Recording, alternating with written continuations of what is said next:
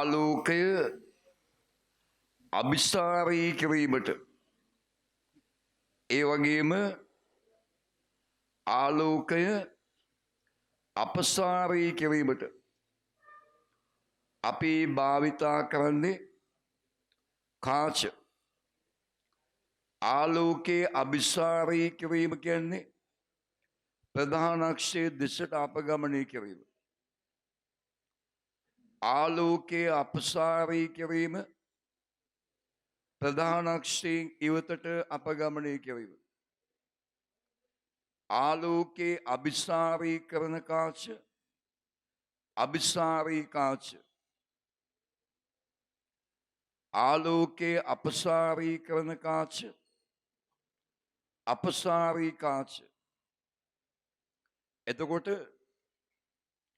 සාමාන්‍යයෙන් උත්තල කාච අභිසාරී, සාමාන්‍යයෙන් අවතල කාච අපසාරී.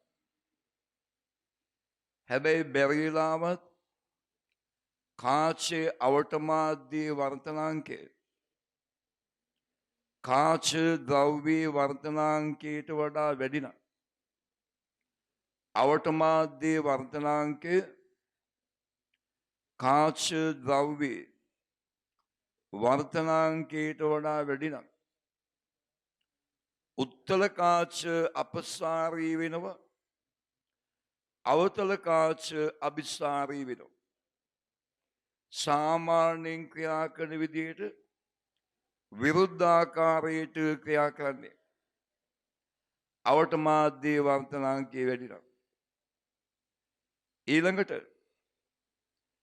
අපේ කාචයක නාභීය ලක්ෂ්‍ය දැක්වේ ප්‍රධාන අක්ෂයට ආසන්න සහ සමාන්තර ආලෝකය කාචයේ වර්තනයෙන් පසු ප්‍රතිබිම්බයේ සාධන ස්ථානයේ නාභීය ලක්ෂය.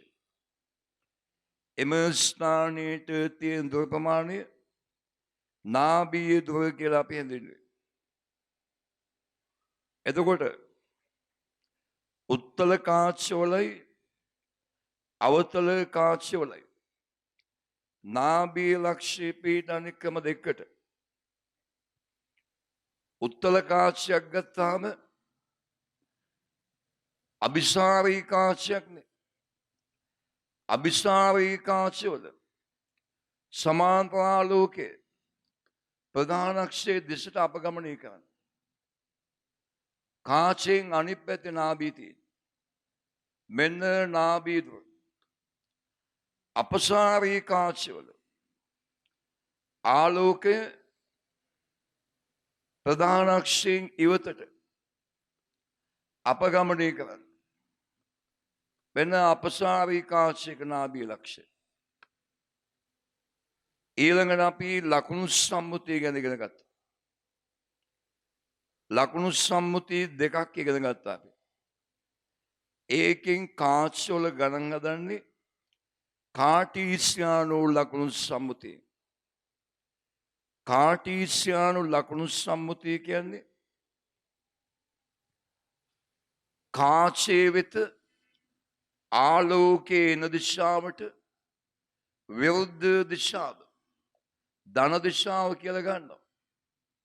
කාචයේ වෙත ආලෝකයේ ආව දිශාව ඍණ දිශාව කියලා ගන්නවා. ධන දිශාවේ තියෙන සියලු මිනුම් ධන මිනුම් මෙටි සලකන. ඍණ දිශාවේ තියෙන සියලු මිනුම් ඍණ මිනුම් මෙටියට සලකන. ඍණ දිශාවේ සියලු මිනුම් ඍණ මිනුම්. එතකොට උත්තල කාචයක නාභියේ තියෙන ඍණ පැත්තේ නාභීය ඍණාගයක්. අවතල කාචයක මේ පැත්ත ධන පැත්ත, මේ පැත්ත ඍණ දිශාව. එහෙනම් අවතල කාචයක නාභීය ධනාගයක්. මෙන් පස්සේ ගණන් හදන ඕන වෙලාවක උත්තල කාචයක නාභීය ඍණ කියලා ගන්න. අවතල කාචයක නාභීය ධන කියලා ගන්න. අවතල කාංශික නාභිය දාන. ඊළඟ දේ තමයි කාංශයක දෙපැත්තේ නාභීන් දෙකක් තියෙනවා. මේ පැත්තෙන් එන ආලෝකය එකතු වෙන මේ පැත්තේ නාභිය. ඔය නාභීන් දෙකම තියෙන සමාන දුරින්. අපි ඊළඟට කිරණ සටහන් නැදීමේදී භාවිතා කරන සම්මත කිරණ තුනක් ගැන ඉගෙන ගත්තා. කිරණ සටහන් නැදීමේදී භාවිතා කරන සම්මත කිරණ තුනක්. එකක් තමයි මේ ආලෝකය. ප්‍රධාන අක්ෂයට සමාන්තර ආලෝකය කාචේ වර්තනයෙන් පස්සේ නාභිය ඔස්සේ. දෙවෙනි එක නාභිය වෙත එල්ල වෙන ආලෝකය. නැත්තම් නාභිය ඔස්සේ ගමන් කරන ආලෝකය. කාචයක නාභිය ඔස්සේ ගමන් කරන ආලෝකය. කාචේ වර්තනයෙන් පස්සේ ප්‍රධාන අක්ෂය සමාන්තරව. එහෙම නැත්නම් අවතල කාංශික නාභී තිත්වේකාවලින්නේ අතාත්තිකයිනේ. ඒ නිසා අවතල කාංශික නාභිය වෙත එල්ල වෙන ආලෝකය කාචේ වර්තනයෙන් පස්සේ ප්‍රධාන අක්ෂය සමාන්තරව යන්නේ. තුන්වෙනි එක මෙන්න මෙතනින් යන ආලෝකය ප්‍රකාශ කේන්ද්‍රයෙන් ප්‍රකාශ කේන්ද්‍රයෙන් යන ආලෝකය වර්තනයේ නොවි ගමන් කරන්නේ.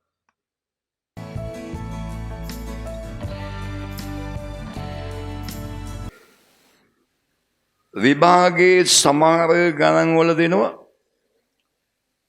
වස්තුවකින් එන අසම්මත කෙවන. අසම්මත කෙවන කියන්නේ මේ කෙවන තුන නැතුව වෙන ඒවා. ඒවයින් ප්‍රතිබිම්බය අදින කියනවා. අපි අසම්මත කෙවන වලින් ප්‍රතිබිම්බ අදින්න දන්නේ නැහැ. වස්තුවකින් එන අසම්මත කෙවන වලින් ප්‍රතිබිම්බ අදින්න දන්නේ නැහැ. ඒකට උපක්‍රමයක් යොදාගන්න. බලන්න වස්තුවකින් එන අසම්මත කිරණ දෙකක් දුන්නොත් මේ වගේ උත්තල කාචයක අසම්මත කිරණ දෙකක් දෙනවා මෙහෙම.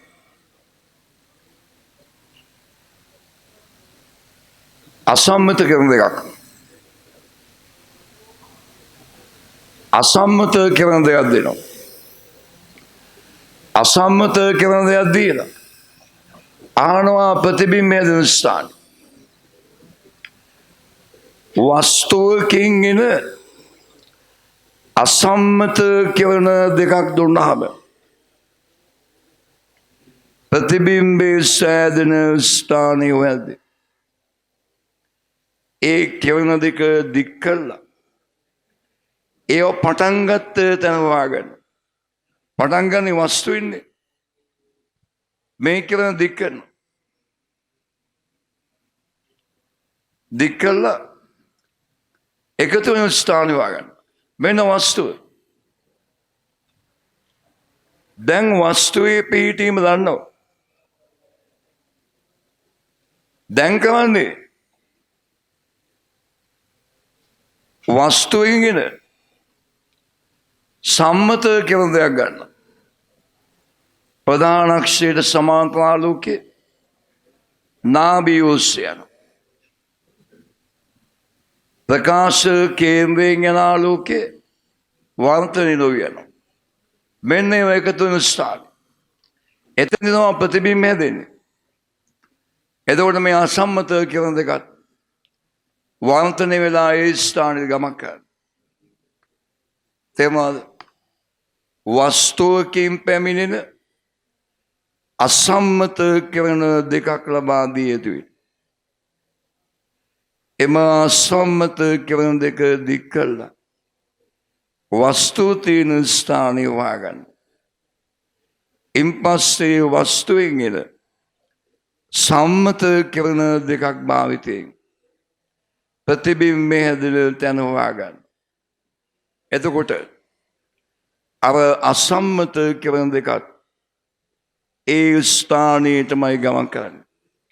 ඒ අසම්මත කරන දෙක ගමන් කරන්නේ ඒ ස්ථානයටමයි.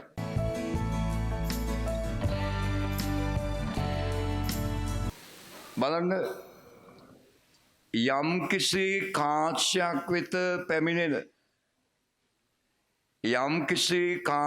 වෙත පැමිණෙන පටු සමාන්තර ආලෝක කදම්බයක් දීලා තියෙනවා. සමාන්තර ආලෝක කදම්බයක්. පටු සමාන්තර ආලෝක කදම්බයක්. බේම පටු සමාන්තර ආලෝක කදම්බයක් දෙනවා. එක්කෝ කියන දෙකක් නැත්තම් එකක්. කියනවා නම් පටු සමාන්තර කදම්බයක් කියලා. වස්තුවකින් පැමිණෙන අගන්න පටු සමාන්තර කදම්බයක් දීලා ප්‍රතිබිම්බේ පිහිටීම හැවුවොත් පටු සමාන්තර කදම්බයක් ප්‍රතිබිම්බේ පිහිටීම හැවුවොත් අපි කරන්නේ මේ කදම්බේට සමාන්තර සම්මත කරන දෙයක් ගන්න. මේ කදම්බේට සමාන්තර සම්මත කරන දෙකක්. මේ කදම්බේට සමාන්තර සම්මත කරන දෙකක්. එකක් ගන්නවා ප්‍රකාශ කේන්ද්‍රයෙන් යන ආලෝකය. වර්ධනය වෙන්නේ. අනිත් එක ගන්නවා නාභිය ඔස්සේ යන ආලෝකය. නාභිය ඔස්සේ යන ආලෝකය කාචේ වර්ධනයෙන් පස්සේ ප්‍රධාන අක්ෂයට සමාන්තර යන්න. එකතු වන ස්ථානයේ ප්‍රතිබිම්බය. සමාන්තර කදම්බයක් ප්‍රධාන අක්ෂයට සමාන්තර වෙනවා. නාභියේ ප්‍රධාන අක්ෂයට සමාන්තර නැති ආලෝක කදම්බ ප්‍රතිබිම්බය දන්නේ නාභිය ඔස්සේ යන තලයේ මත. නාභිය තලයේ මත. දැන් අනෙක් ආලෝක කියනත් ඒ ස්ථානයට යන විදිහ නඳිනවා. පැහැදිලිනේ? අපි ගන්නවා ප්‍රකාශ කේන්ද්‍රයෙන් යන ආලෝකය. අවතල කාචය කරන නාභිය අනිත් පැත්තනේ. නාභිය වෙත යන ආලෝකය ගන්න. නාභිය වෙත යන ආලෝකය. නාභිය වෙත එල්ලවන ආලෝකය ගන්න.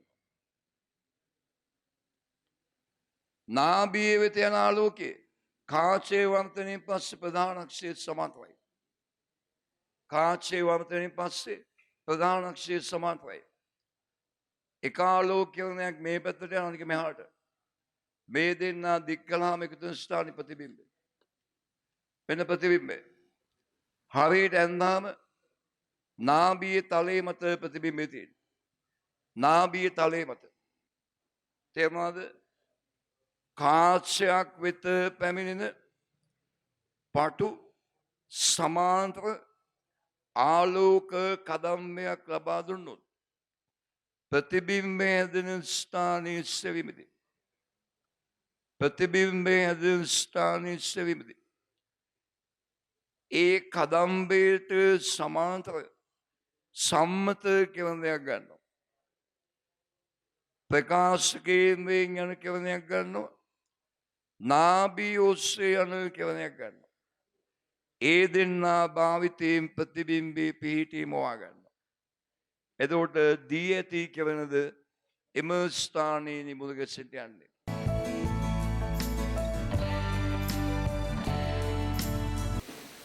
යම් කිසි කාචයක් ඉදිරි උසක් තියෙන වස්තුවක් තිබ්බොත් හැදෙන ප්‍රතිබිම්බයටත් උසක් තියෙන. ඒ ප්‍රතිබිම්බයේ උස වස්තුවේ උසමින් කී ගුණයක්ද කියන එක. ප්‍රතිබිම්බයේ උස වස්තුවේ උසමින් කී ගුණයක්ද කියන එක අපි හඳුන්වන්නේ රේඛීය විචාලනය කියලා. ප්‍රතිබිම්බයේ උස වස්තුවේ උසමින් කී ගුණයක්ද කියන එක අපි හඳුන්වන්නේ රේඛීය විචාලනය. උස ඕඩේශන වස්තුවක් තිබ්බාම හැදෙන ප්‍රතිබිම්බයේ උස අයි ඩෑෂ් නම් අයි ඩෑෂ් බෙදීම ඕ ඩෑෂ් අපි හඳුන්වන්නේ රේඛීය විචාලනය. ප්‍රතිබිම්බයේ උස බෙදීම වස්තුවේ උස රේඛීය විචාලනය කියලා හඳුන්වන්නේ.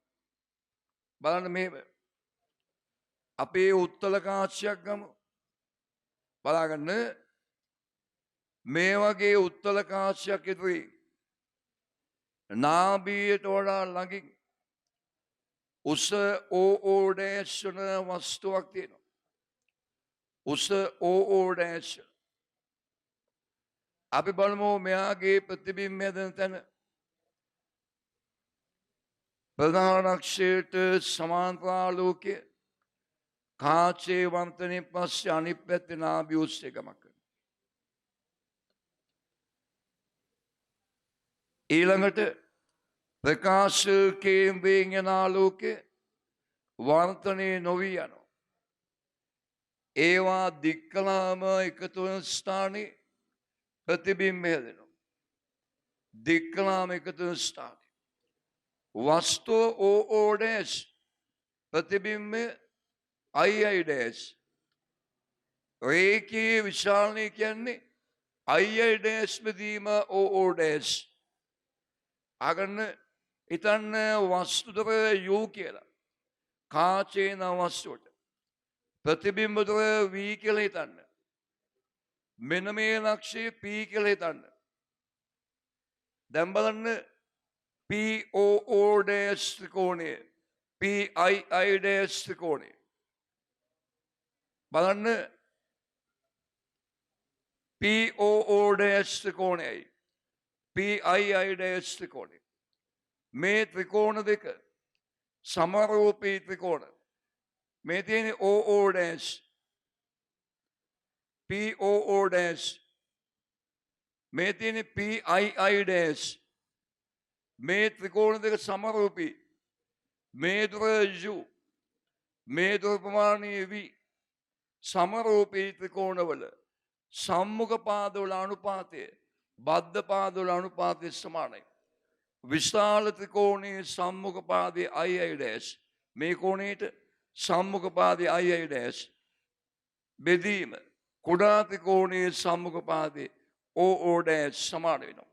බද්ධ පාදවල අනුපාතයට විශාල ත්‍රිකෝණයේ බෙදීම කුඩා ත්‍රිකෝණයේ විශාල ත්‍රිකෝණයේ සම්මුඛ පාදයේ බෙදීම කුඩා ත්‍රිකෝණයේ සම්මුඛ පාදයේ සමානයි. විශාල ත්‍රිකෝණයේ බද්ධ පාදයේ බෙදීම කුඩා ත්‍රිකෝණයේ බද්ධ පාදයේ අයි ඩෑෂ් බෙදීම ඕ ඩෑෂ් සමාන වෙනවා වී බෙදීම යුට.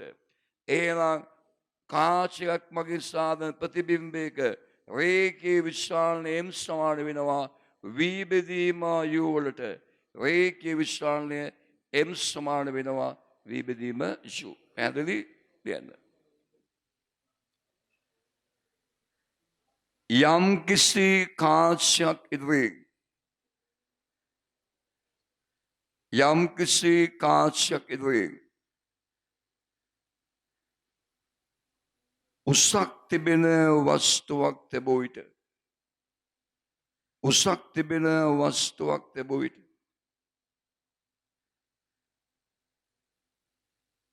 සෑදෙන ප්‍රතිබිම්බයටද සෑදෙන ප්‍රතිබිම්බයටද උසක් ඇත. ප්‍රතිබිම්බයටද උසක් ඇත.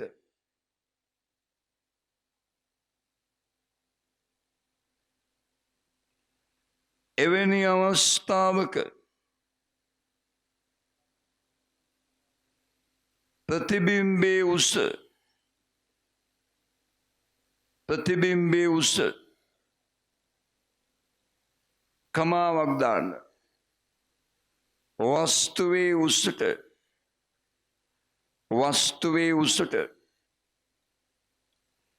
දරණ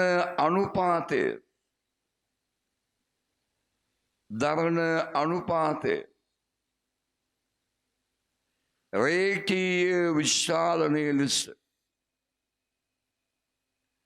රේඛීය විශාලනය ලෙස අර්ථ දක්වයි. රේඛීය විශාලනය ලෙස දක්වයි. කාචයක් ඉදිරියෙන්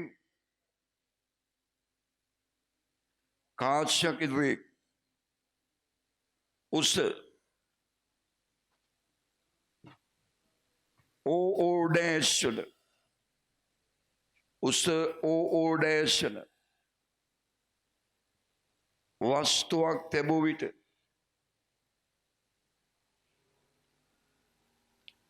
සෑදෙන ප්‍රතිබිම්බයේ උස II ඩෑෂ් සිතමු.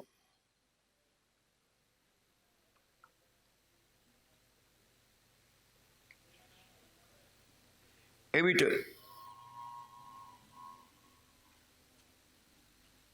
රේඛීය විශාලනය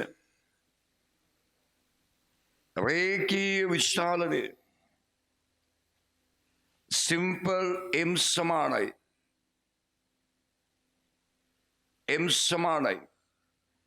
II ඩෑෂ් බෙදීම OO ඩෑෂ් M සමානයි II ඩෑෂ් බෙදීම O ඩෑෂ්. අඳින්න. ඔය රූප ස්ථාන දෙක අඳින්න. උඩින් තියෙන දෙක.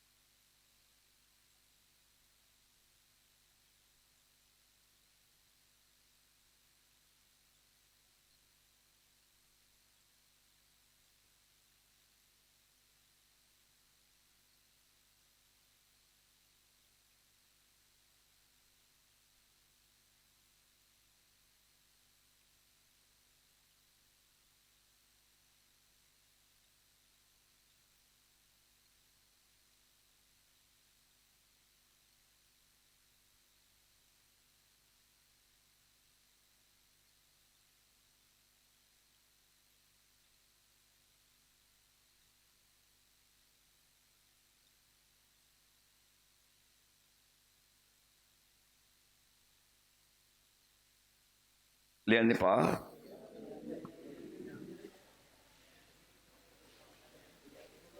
අදලියෝද ඉක්මනට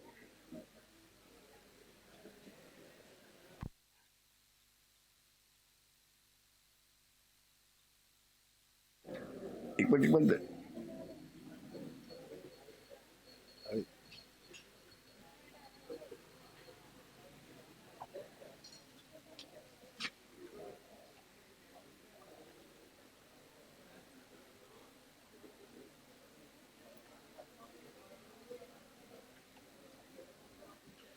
right.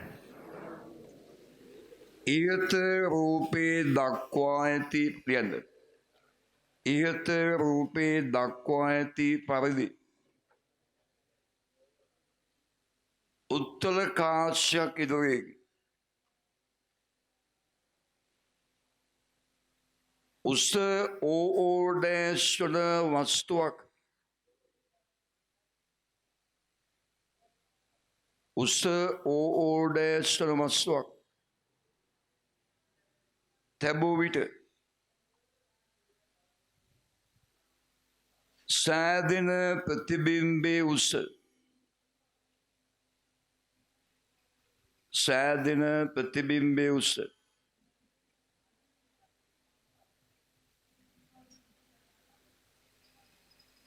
I dash සිතමු.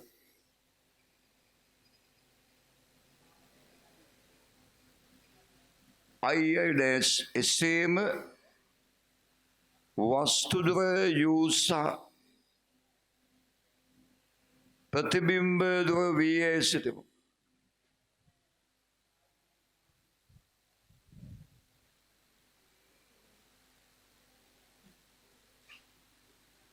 දෙවන රූපේ පරිදි POO dash ත්‍රිකෝණය සහ PII dash ත්‍රිකෝණය සලකමු. POO dash ත්‍රිකෝණය සහ PII dash ත්‍රිකෝණය සලකමු.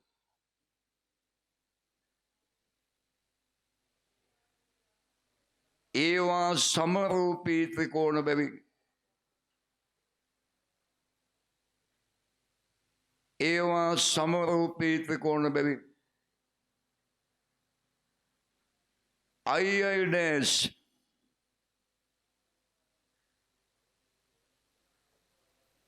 බෙදීම OO dash සමානයි වී බෙදීම යු.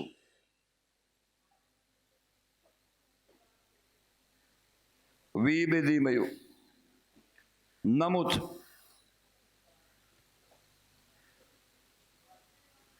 II dash බෙදීම OO dash යනු. II dash බෙදීම OO dash යනු. रेखीय विशालनीय सिंपल में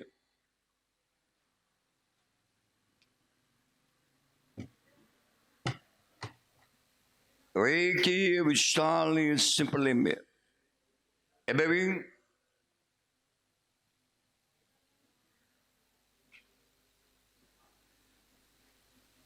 एम समानय वी बेदीम यु M සමානයි V බෙදීම U. M සමානයි V බෙදීම U. එනම් රේඛීය විශාලනය ප්‍රතිබිම්බ ධ්‍රුව බෙදීම වස්තු දුරටද සමාන වේ. ප්‍රතිබිම්බ ධ්‍රුව බෙදීම වස්තු දුරටද සමාන වේ.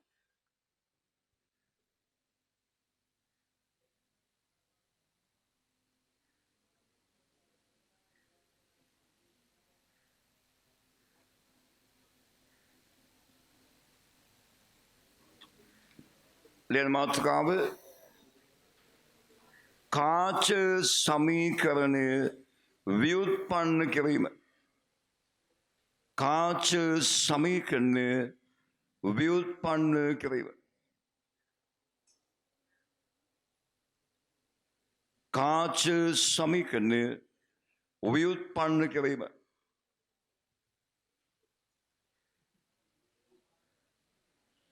අගන්න බලන්න හොඳ බලාගන්න අපි ගන්නවා උත්තල කාචයක්. මේ කාචවල තියෙන වැදගත්ම අවස්ථාව කාච සමීකරණය. සියලුම ගණන් හදන්නේ කාච සමීකරණය. නාභිතුව සිම්පල් ලිෆ්වන උත්තල කාචයක් ගන්න. මේ කාචේ නාභියට වඩා ඈතින් උස ඕඩේශන කතාව නවත්තන්න. උස ඕඩේශන වස්තුවක් තියෙන. වස්තුවේ උස අපි H කියලා හිතනවා. මෙන්න කාචේ නාභිය ලක්ෂය. අපි ප්‍රතිබිම්බය හැදෙන තැන බලනවා. ප්‍රධාන අක්ෂයට සමාන්තර ආලෝකයක් ගන්න. කාචේ වර්තනයෙන් පස්සේ නාභිය ඔස්සේ ගමන් කරනවා. ඊළඟට ප්‍රකාශ කේන්ද්‍රයෙන් යන කිරණය ගන්නවා. වර්තනය නොවී යනවා. ඒවා එකතු වන ස්ථානයේ ප්‍රතිබිම්බය සෑදෙනවා. අපි හිතනවා ප්‍රතිබිම්බය I' ප්‍රතිබිම්බය උස H එකයි කියලා. H' කියලා. බලන්න අපි ආලෝක කිරණ දෙකයි ගත්තේ. මේ උස O' කියන්නේ H. මං ගන්නවා මේ ලක්ෂය P. මේක PP' කියලා. එහෙනම් H තලාගේ O' වල උසයි PP' වල උසයි සමානයි. ඒ නිසා PP' කියන්නේ H. අපි හිතනවා වස්තු ද්‍රව්‍ය U කියලා. ප්‍රතිබිම්බ ද්‍රව්‍ය V කියලා හිතනවා. ප්‍රතිබිම්බ ද්‍රව්‍ය V. කාචේ නාභික සිම්පල් ලිෆ්ට්. මන්දෙන් සමරූපී ත්‍රිකෝණ දෙකක් සලකනවා. එකක් POO' PII'. මේ ත්‍රිකෝණ දෙක සමරූපී මෙහෙම තියෙන. POO' PII'. මේ ත්‍රිකෝණයයි මේ ත්‍රිකෝණයයි. මේ පාදේ U. මෙතන මෙතන V. මේ උස H. මේක H'. මේ ත්‍රිකෝණ දෙක සමරූපී. එහෙනම් මේ සම්මුඛ පාදවල අනුපාතය බද්ධ පාදවල අනුපාතය සමානයි. I' බෙදීම O' සමාන වෙනවා V බෙදීම Uට. සමරූපී ත්‍රිකෝණ බැවි I' බෙදීම O' සමානයි V බෙදීම U. I' කියන්නේ ප්‍රතිබිම්බ උස. ඒක H'.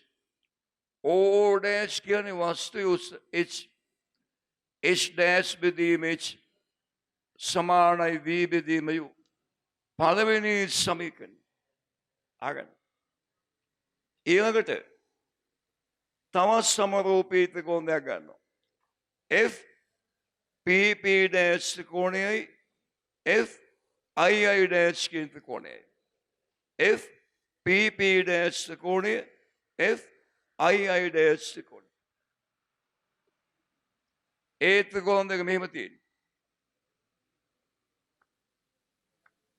ඒ ත්‍රිකෝණ දෙක බලන්න. F PP' ත්‍රිකෝණය F II' ත්‍රිකෝණය. බලන්න මෙතන මෙතන F දුර සිම්පල් ලිෆ්ට්. මෙතන මෙතන V. මේ ටික F. එහෙනම් මේ ටික V වෙන F. මේ ටික VNF. ආපහු සම්මුඛ පාදවල අනුපාතේ I dash බෙදීම PP dash සමාන වෙනවා VNF බෙදීම F. එමද සම්මුඛ පාදවල අනුපාතේ බද්ධ පාදවල අනුපාතේ සමානයි. I dash බෙදීම PP dash සමාන වෙනවා VNF බෙදීම F. PP dash කියන්නේ මේ උස. ඒක simple is I dash කියන්නේ මේ උස. ඒක S dash. එහෙනම් I dash බෙදීම PP dash කියන්නේ H dash බෙදීම H සමානයි. VNF බෙදීම F දෙවෙනි සමීකරණය. අංක 1 H dash බෙදීම H අංක 2 H dash බෙදීම H H dash බෙදීම H අංක 1යි අංක 2යි සමාන කළාම UVF ගේ සම්බන්ධය ගන්න පුළුවන්. ඒ බලන්න සමීකරණ දෙකක් ගත්තා. පළවෙනි එකේ H dash බෙදීම H සමානයි V බෙදීම U. දෙවෙනි එකේ H dash බෙදීම H සමානයි V වෙන F බෙදීම F. අංක 1 H dash බෙදීම H අංක 2 H dash බෙදීම H. එහෙනම් අංක 1යි අංක 2 බලාගන්න. අංක 1 අංක 2 සමානයි.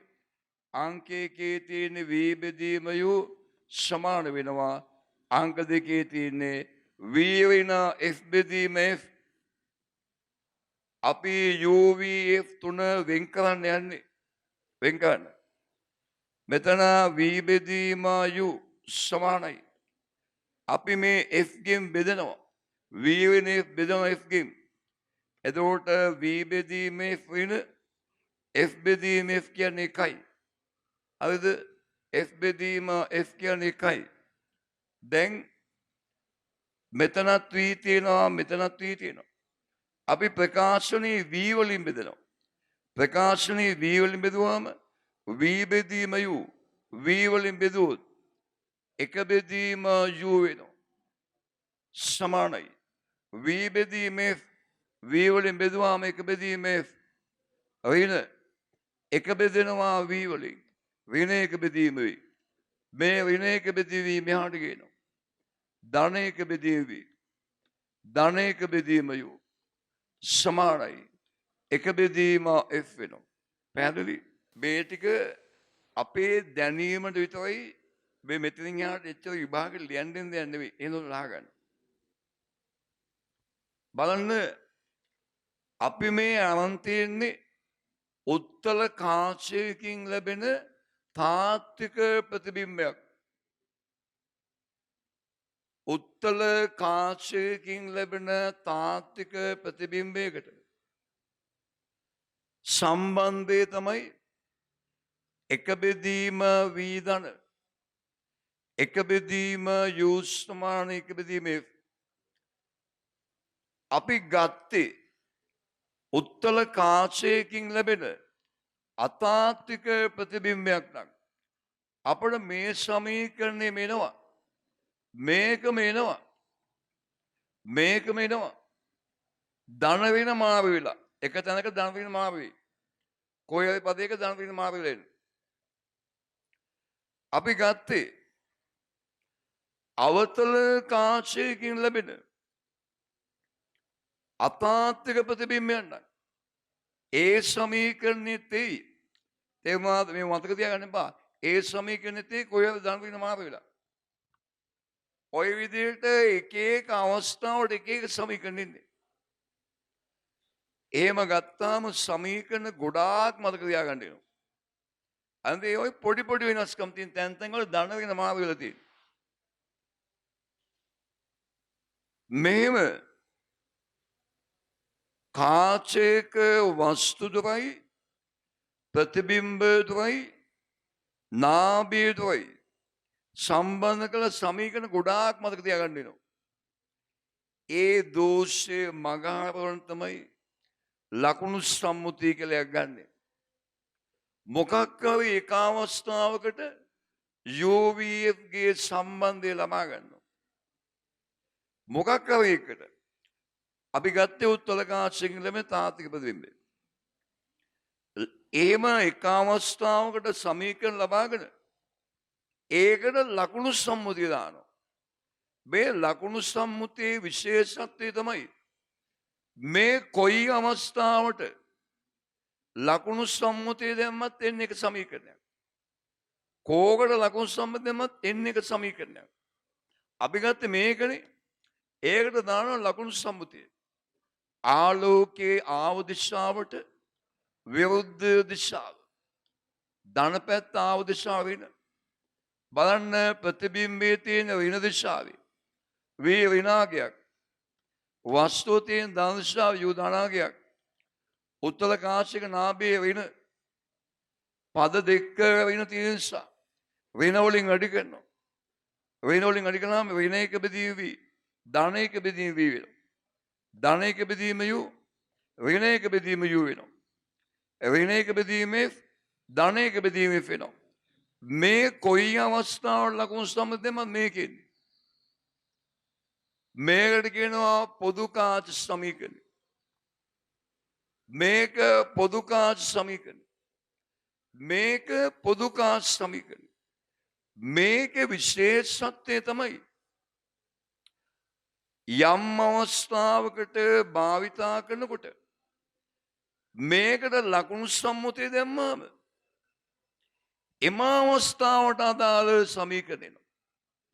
එතකොට සමීකරණ ගොඩාක් මතක තියාගන්න. මේක මතක තියාගෙන මේකට ලකුණු සම්මුතිය දැම්මාම අදාළ අවස්ථාවේ සමීකරණ එනවා. තේරුණා මං කියන එක? මොකක් හරි අවස්ථාවක් ගමන් කාච සමීකරණ ලබා ගන්න. එක එක අවස්ථාවට එක එක සමීකරණ එන්නේ. කොයි සමීකරණයවත් ඒකට ලකුණු සම්මුතිය දැම්මාම පොදු සමීකරණයක් එනවා. මේක කිසිම තැනකට වළංගු නැහැ. මේක මතක තියාගන්න පොදු සමීකරණය. මේක විශේෂත්වය යම් අවස්ථාවක් සඳහා මේක භාවිතා කරනකොට ලකුණු සම්මුතිය දැම්මාම එතෙන් අදාළ සමීකරණ එනවා. ඕනනම් මේකට හරියද කියලා බලනවා. මේ සමීකරණය එක බෙදීම v වෙන එක බෙදීම u සමාන එක බෙදීම f. අපි මෙතෙන්ට දාලා බලනවා පව්. දැම්මාම එක බෙදීම v ප්‍රතිබිම්බයේ වෙන පැත්තේ වෙන එක බෙදීම u ධනාගයක් නාභි උත්තලකාශ වෙන හැම පදයකම වෙන වලින් ඇඩුණාම එක බෙදීම v ධන එක බෙදීම